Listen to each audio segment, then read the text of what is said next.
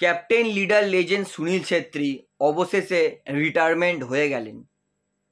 151টা ম্যাচে 94টা গোল Indian jersey পরে, এইটা অবিশ্বাস্যকর রেকর্ড সুনীল ছেত্রীর।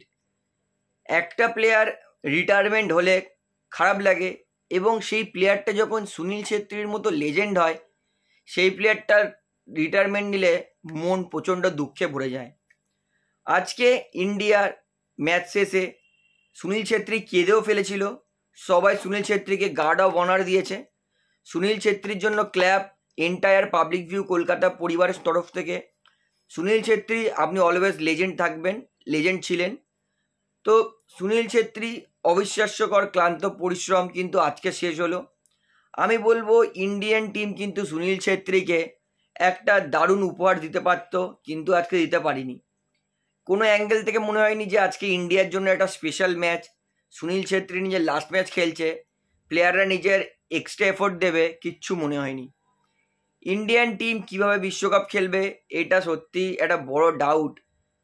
ইন্ডিয়াকে এবার ভাগ্যের উপর নির্ভর করতে হবে। কাতারের বিরুদ্ধে যে ইন্ডিয়াকে জিততেই হবে, যেটা অনেকটা ডিফিকাল্ট, তবে ইম্পসিবল নয়, খেলার কথা বলা যায় না। তবে ইন্ডিয়া যদি ম্যাচটা জিততে না পারে, ইন্ডিয়া কিন্তু ম্যাচটা ড্র রাখতে হবে, এবং ইন্ডিয়াকে প্রে করতে হবে আজকে কাতার আর আফগানিস্তান ম্যাচে যেন কাতার জেতে, এবং লাস্ট ম্যাচ কুয়েত আর কাতারের ম্যাচে যেন ড্র হয়। অবশ্যই ইন্ডিয়াকে ড্র করতেই হবে, তাহলে কিন্তু ইন্ডিয়া সেকেন্ড থাকবে, থার্ড রাউন্ডে যেতে পারবে। সেখানে ইন্ডিয়াকে ভালো করলে India FIFA world cup qualify করতে পারবে। তো কিছুটা ভাগ্যের ওপর নির্ভর আছে ইন্ডিয়ার। তো খেলায় ভাগ্য দরকার হয়। আর সুনীল ছেত্রীর জন্য সত্যি মনটা খারাপ, কিন্তু আমি সত্যি বুঝতে পারছি না যে ইন্ডিয়ান ফুটবল কি করে উন্নতি হবে। 136 র্যাঙ্ক কুয়েত দল, তার বিরুদ্ধে ইন্ডিয়া একটা গোল করতে পারলো না। আমি সত্যি হিউজ ডিসঅ্যাপয়েন্টমেন্ট যে আমার এত, যে ইন্ডিয়ান টিম এই লেভেলেই যাচ্ছে, ইন্ডিয়ান অগ্রসর নেই যে ইন্ডিয়া একটু ভালো খেলবে, বেটার খেলবে। একই রকম ইন্ডিয়া ফুটবল খেলে যাচ্ছে। ইন্ডিয়ার কাছে ভালো মিডফিল্ড নেই যার যে খেলা ক্রিয়েট করবে, আর ভালো ফিনিশার তো ইন্ডিয়ার কাছে নেই। সুনীল ছেত্রী চলে গেছে, এবার ইন্ডিয়ার ভালো স্ট্রাইকার কে হবে, এটা সত্যি একটা বড় প্রশ্ন আছে। ইন্ডিয়ান টিম একটা মাঝমাঠ হোল্ড করবে, পাস দেবে, সেরকম খেলোয়াড় নেই। সুরেশ, সত্যি কথা বলতে আমার সুরেশের খেলা আরও খারাপ লাগছে দিন দিন। কি করে সুরেশ চান্স পাচ্ছে, আমি এটা সত্যি বড় প্রশ্ন। নিখিল পূজারি আজকে কোনো খেলা খেলেই নি। নিখিল পূজারি এর থেকে মনে হয় কোনো আই লিগ থেকে কোনো তরুণ প্লেয়ারকে চান্স দিলে সে নিজে খেটে খেলতো। নিখিল পূজারি জঘন্য খেলেছে। সুনীল ছেত্রী আর একটু এক্সট্রা এফোর্ট দিতে পারতো। যাই হোক, সুনীল ছেত্রীর লাস্ট ম্যাচ, সুনীল ছেত্রী চেষ্টা করেছে, নো ডাউট চেষ্টা করেনি, কিন্তু সেই ইন্ডিয়ার কম্বিনেশন মিস হচ্ছে। সাহাল সামাদ একটা পাস ঠিক দিচ্ছে, একটা পাস ভুল দিচ্ছে। থাপা একটা ভালো পাস দিয়েছিল, আনোয়ার আলী ওটা হেড করলে ওটা গোল হলে ইন্ডিয়া জিতে যেতে পারতো মেবি। তো ইন্ডিয়া বলবো আজকে ইন্ডিয়ান ফুটবলে আমি কি বলবো, কোনো উন্নতি সেরকম আমি দেখতে পাচ্ছি না। কারণ কি খেলা হচ্ছে এটা, কুয়েতের বিরুদ্ধে 136 র্যাঙ্ক যার, তার বিরুদ্ধে ইন্ডিয়া গোল করতে পারছে না। কুয়েত কাটায় কাটায় ফুটবল খেলছে ইন্ডিয়ার বিরুদ্ধে।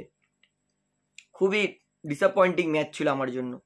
সুনীল ছেত্রী হেরেছে, সুনীল ছেত্রী রিটায়ারমেন্ট নিয়েছে, এটাতে মন খুবই দুঃখ, কিন্তু এরকম ড্র ওয়ার্ল্ড কাপ কোয়ালিফায়ার মতো মানা যায় না। ইন্ডিয়ান ফুটবল, আমার সত্যি কথা বলতে আশা শেষ হয়ে যাচ্ছে যে 2026-এর বিশ্বকাপ ইন্ডিয়া খেলতে পারবে।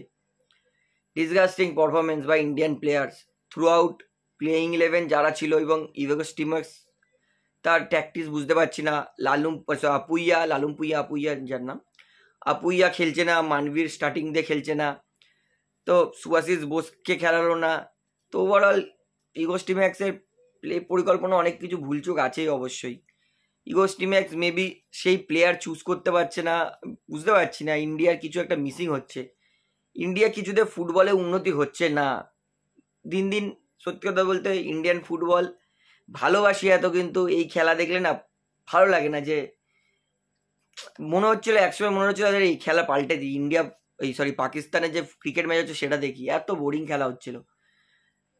অনেস্টলি বলতে গেলে আমার ম্যাচটা খুবই খারাপ লেগেছে, স্পেশালি সুনীল ছেত্রীর জন্য আমার ইমোশনস অবশ্যই ম্যাচটা ছিল, তার জন্য আমি 90 মিনিট দেখেছি। অন্য ম্যাচ হলে হয়তো ম্যাচটা আমি দেখতামই না। তো যাই হোক, মনটা খুবই খারাপ।